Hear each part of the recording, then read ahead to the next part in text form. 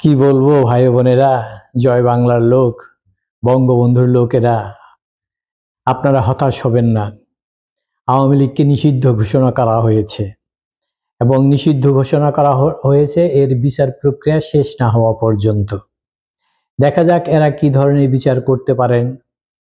এবং শুধু আওয়ামী লীগ নিষিদ্ধ করাই হয়নি, আওয়ামী লীগের কার্যক্রম যাতে অনলাইনে পরিচালিত হতে না পারে তারও ব্যবস্থা করা হয়েছে।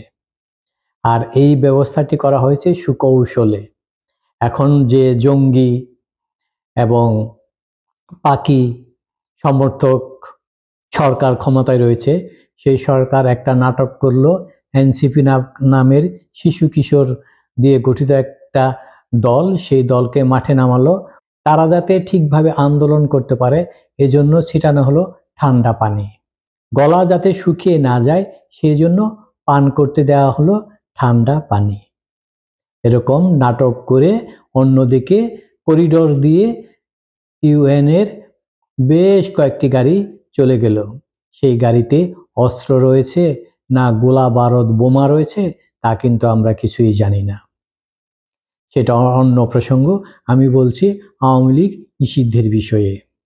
আওয়ামী লীগের মতো একটা ঐতিহাসিক দল, যে দল প্রায় 25 বছর ক্ষমতায় ছিল, যে দল বাংলাদেশের মুক্তিযুদ্ধের নেতৃত্ব দিয়েছে, যে দল আমাদের স্বাধীনতার সংগ্রামে নেতৃত্ব দিয়েছে, সেই দলকে নিষিদ্ধ করলেই কি সেই দলকে থামিয়ে রাখা যাবে?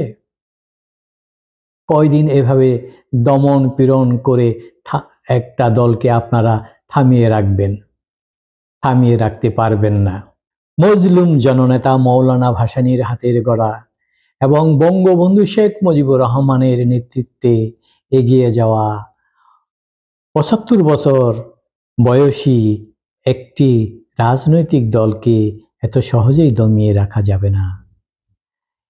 এই রাজনৈতিক দল স্ফুলিঙ্গের মতো জ্বলে উঠবে এবং সেই স্ফুলিঙ্গের উত্তাপে সব রাজাকারের বাচ্চা, অবৈধ সরকার এবং অবৈধ সরকারের সব কার্যকলাপ একদম জলস্রোতের মতো ভেসে যাবে, কেউ আটকাতে পারবে না। সবাইকে অসংখ্য ধন্যবাদ।